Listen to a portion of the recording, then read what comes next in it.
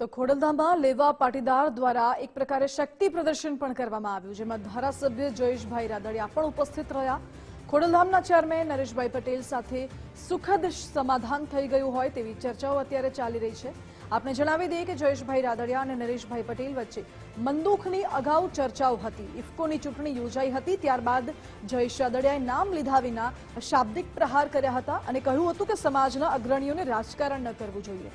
જોકે અત્યારે ખોડલધામમાં જે કાર્યક્રમ યોજાઈ રહ્યો છે તેમાં જયેશભાઈ રાદડિયા ન પણ આવે તેવી ચર્ચાઓ પણ ચાલી હતી। જોકે જયેશ રાદડિયા ઉપસ્થિત રહ્યા અને તેમની ઉપસ્થિતિ જ ઘણું બધું કહી જાય છે કે હવે મતભેદો મનભેદો પણ દૂર થઈ ગયા છે।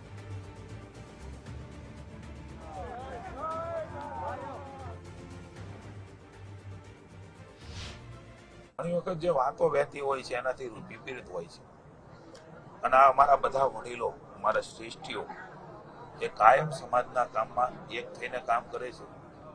નરેશભાઈના નેતૃત્વની અંદર હું ને જયેશ તો નાના છીએ, એની પાસે બાળકો કેવી એમના દીકરાની ઉંમરે અમારી છે, ત્યારે એ અમારા વડીલ કાયમ રહ્યા છે।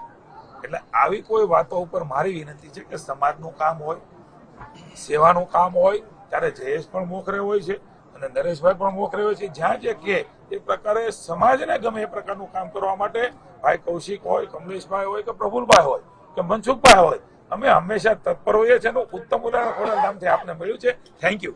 તમને પ્રશ્ન હતો અમે અહીંયા હાજર છીએ। આ ખોડલધામ એ અમારું આંગણું છે અને આ કાયમી માટે જયેશ રાદડિયા હોય કે ન હોય ખોડલધામ રહેવાનું છે। આ સમાજનું ગૌરવ છે। નરેશભાઈ એક છે અને જયેશભાઈ એક છે, બે વર્ષોથી એક જ છે। આ તો એકબીજા ભેગા ન થાય, લોકો વાતો કર્યા કરે કામ છે, એવું કઈ છે જ નહીં ભાઈ। એ તો એવું થોડું છે નરેશભાઈ નું નામ લેતા હોય, બીજા એ વાંધો ત્રાહટાની કંપની નું વાંધો હોય તેનું નામ લેતા હોય, નરેશભાઈ નું લેતા હોય, એવું કઈ છે જ નહીં ભાઈ। નરેશભાઈ અને જયેશ બે એક જ છે, એમાં કઈ ફેરફાર છે જ નહીં અને સમાજ ભેગા જ છે, અને ખોડલધામ ટ્રસ્ટ ભેગા જ છે।